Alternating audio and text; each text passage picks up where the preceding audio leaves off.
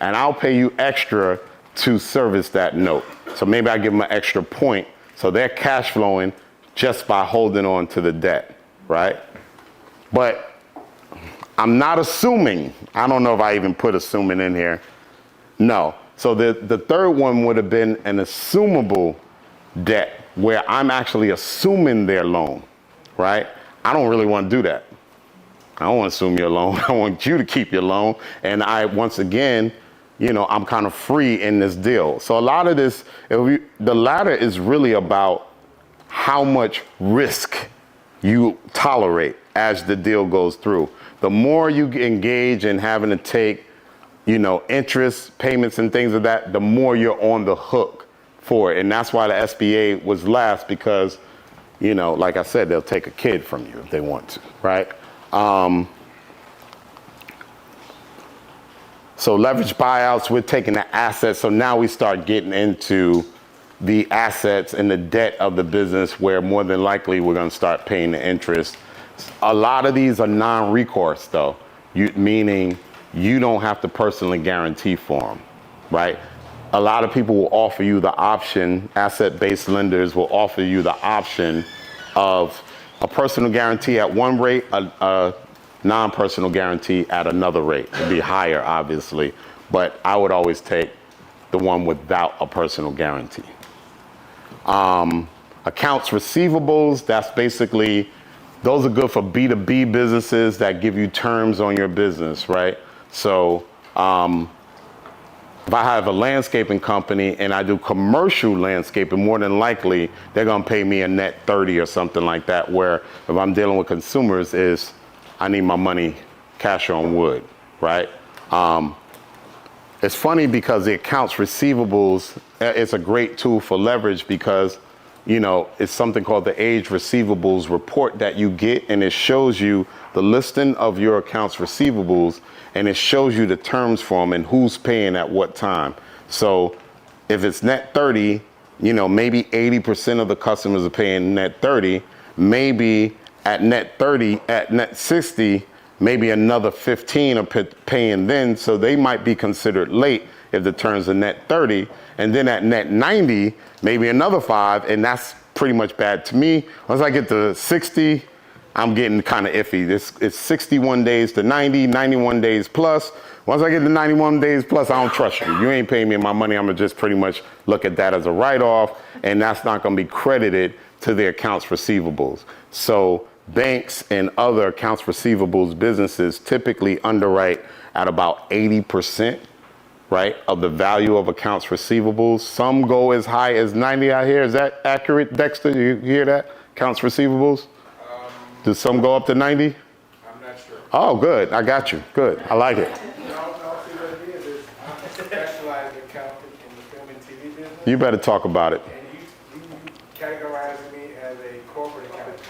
I don't do corporate. Corporate is on the other side of the fence. You're older than me. So I'm not gonna say anything to you. I'm gonna keep it to everybody else.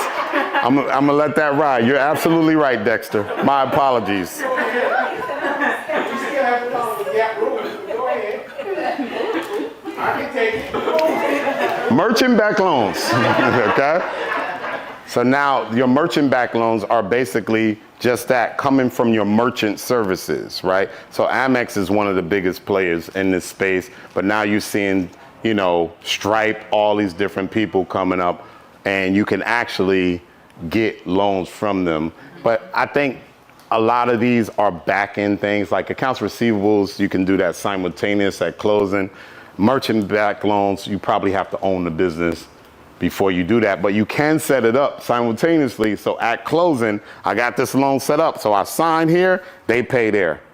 You see what I'm saying? Like, once you take legal ownership, you can do a few of these things, all right? Can I sit down? Yeah, sorry. Thank you. Are you up? I'm up. All right, have a seat then. All right, leveraged, alternative buyouts, still LBOs. So equipment loans are big, right? You can take an equipment that somebody has. So we've been looking at some of these Well, the few that we looked at, they've had a lot of equipment. We can go borrow against that equipment if there's not leverage on it already, okay? Notes receivables loans. So if I'm getting, somebody owes me money, there are companies that will lend me against what those people owe me, right? If it's credible enough, right? Vendor loans, again, that's the vendor.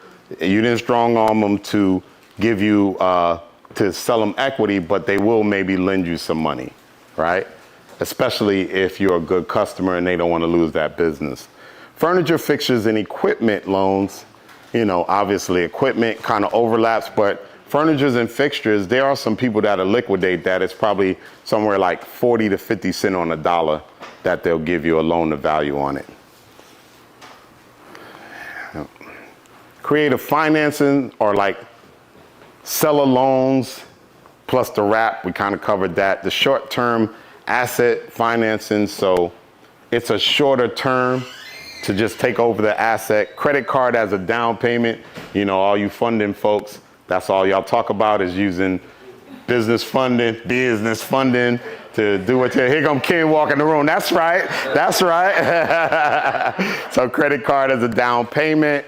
Tax assumptions, some people, like one of the biggest things people don't look at are people's tax obligations to a business, right? And some of these people, like you buy something now, most people have paid their taxes for 2022, right? But there are some folks who have not in business, and you have to look out for that. But, you know, if it makes sense, you might take over that tax, obviously, but you would lower your price, right? Adjust the price to the taxes they owe, okay? And I might just charge them a premium because y'all was late. And so I'm gonna need my 10% extra on top of that, okay? To take on your thing, or take on your tax obligations.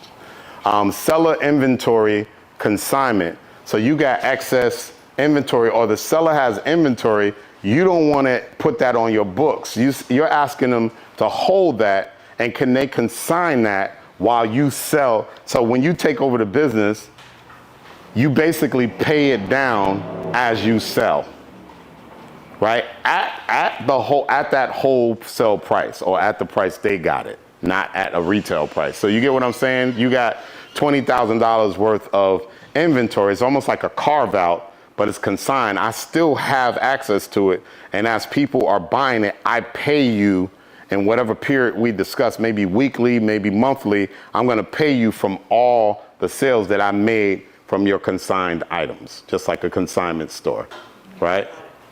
All right. Seller inventory consigned. Credit partner, right? So obviously some of you who do this funding, all of us really, we should have credit partners. Some people in here have some good credit and a good profile, right? And we are the deal makers. We bring a deal, you know, we can offer equity for their credit. And it's a great deal for everybody. A lot of y'all who have people who are looking, who have funding, but don't know how to deploy that money, right? Y'all still talking about telling them to do Turo and all that stuff. You know I don't like that. But you know I don't like that Turo, boy. I every time I get to say something, I say something about some Turo. Hustle for equity, that is to be continued. I touched on it so y'all have an idea of what it actually is.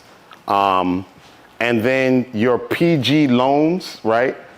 Good old SBA, he talked about 7A, 504, micro loans.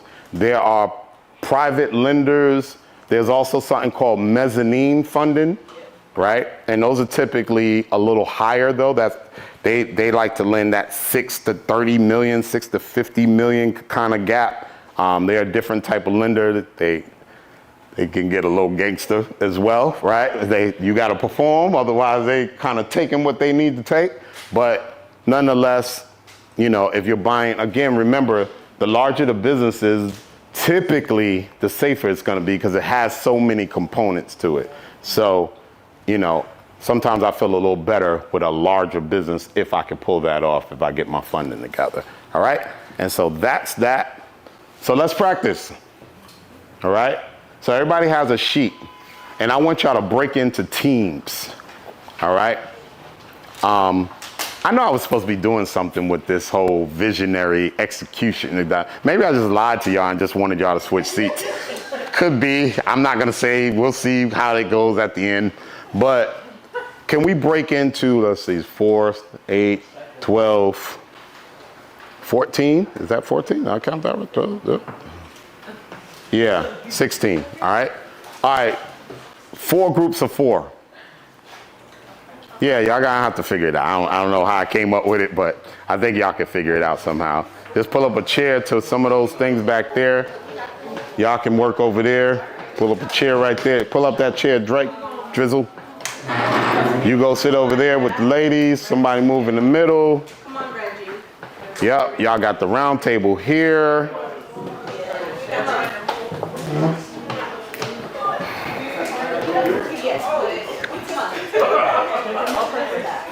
Oh, y'all being so difficult. This is insane.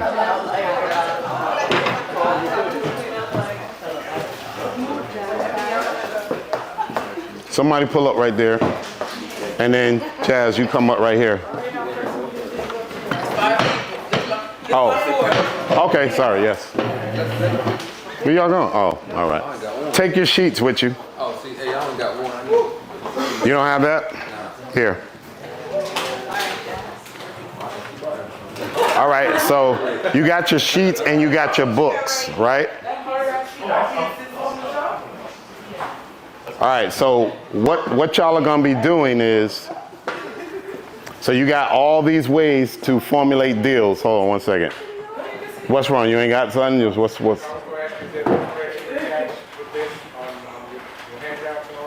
Is there what? No, Dexter, there isn't. Because nobody wants to write all that in there. This is just a different kind of exercise. It's not a spreadsheet exercise. Don't be difficult, Dexter. Take out your book. See, I try to be nice to you, and I respected you as a man, but you getting besides yourself, Dexter. You know. Wasn't I nice, Alma? Alma knows me. Najla, I was cool, right? Okay. You know I ain't like that. I ain't that diplomatic. That's all. All right, we good, Dexter. You don't ask, you don't get. Okay, well, you didn't get. Let's keep going. Now, so, here's the exercise. So you guys have, technically, what is that, a balance sheet? And you have your listing price. So those first 3 lines, y'all are supposed to figure those out. It's 4 of you. Don't ask me any formulas.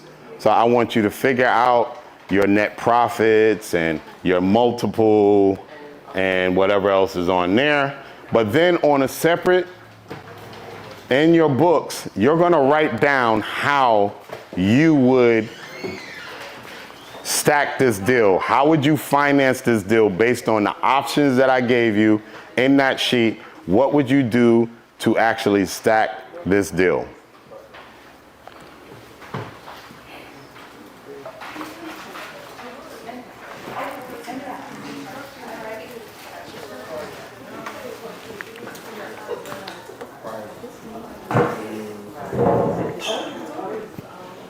One hint I will give you is you definitely want to stay with the stack, right, with the ladder in sequence. You want us to write it in our book or In the book. the sticky pad behind you? In the book. In the book. In the book, Marlene. You keep it for your own. Everybody can write their own. You have it for your records.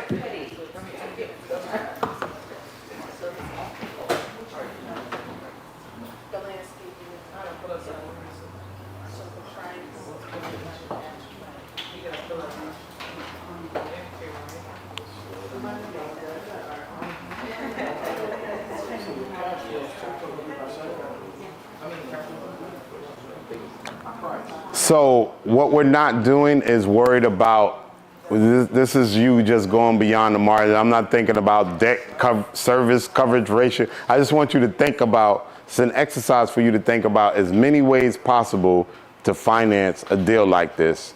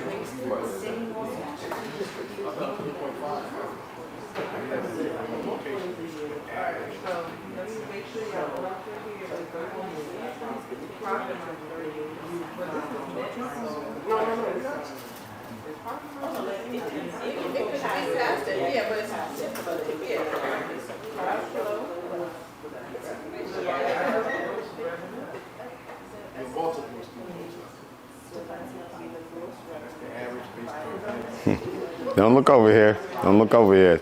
Stay focused. Ain't no help.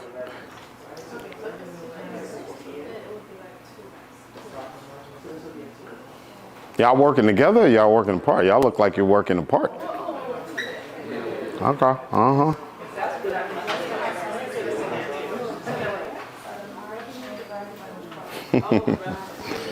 Ooh. Step outside.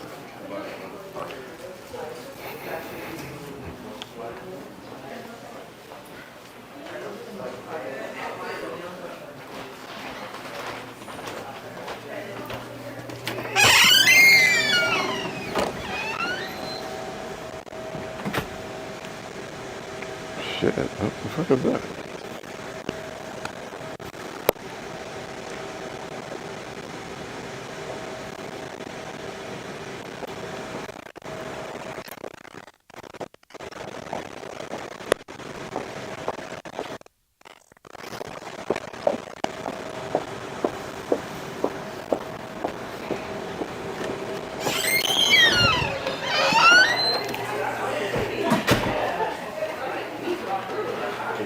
Yes, sir.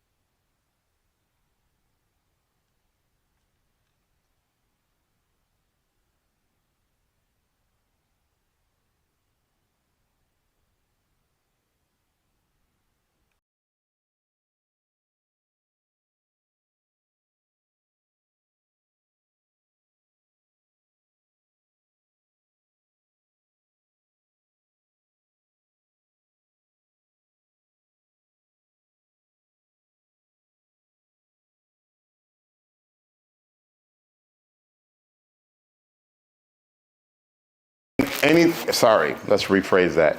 Is there anything that's questionable that we want to put in the earn out?